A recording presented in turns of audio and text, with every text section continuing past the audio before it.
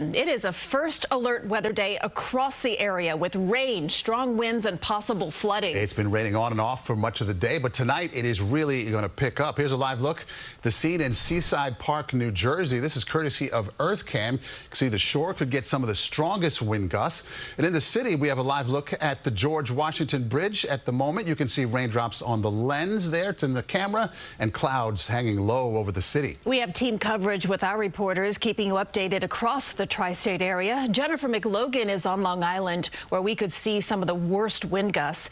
And then Zinnia Maldonado is checking out road conditions in the city. Let's start here in the studio with Lonnie Quinn. He's timing out this storm and tracking the latest forecast. Lonnie? Okay, in terms of timing things out, I'd say up until midnight. All right, we're going to keep our first alert weather day in effect until midnight. So truly the entire day of Wednesday, the possibility for bouts of heavy rain. It's out there right now. I'll show you in just a moment. Flooding, clearly it's a possibility. We've picked up some big numbers already. And wind gusts, it's still on the table. A chance for a 50, maybe even a 60-mile-per-hour gust.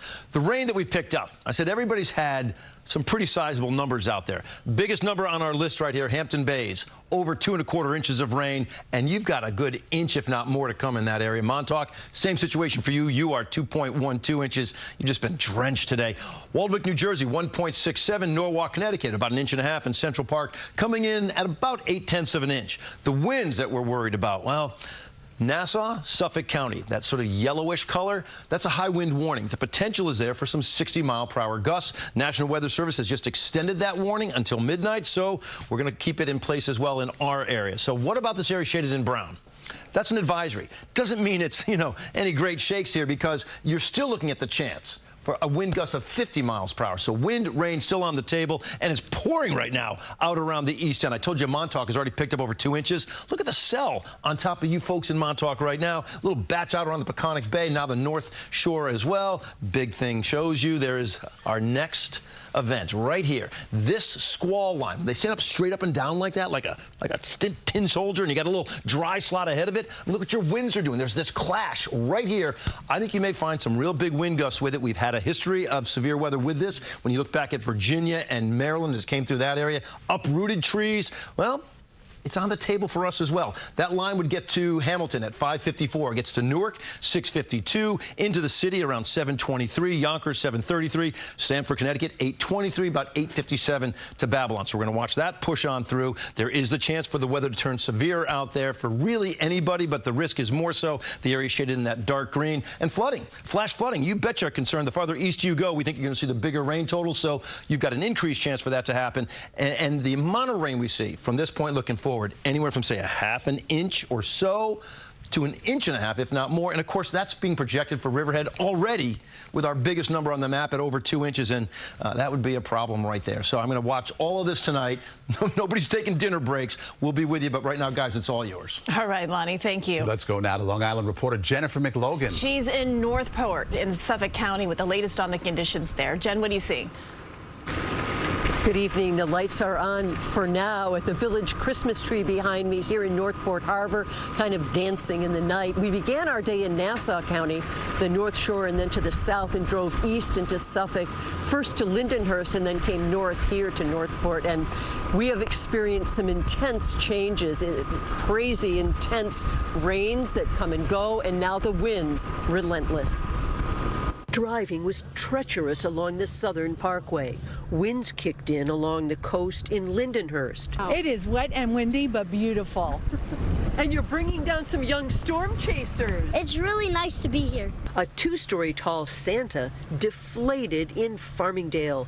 And in East Northport, a teen's magnificent holiday display, a fundraiser built for Ronald McDonald House, threatened by winds too dangerous to turn on power. Road crews out clearing storm drains with vacuums and suctions. Leaves are everywhere. It's a recipe for flooding, it's a recipe for power outages, and it's a real danger for the roads that are really going to be wet and covered with leaves.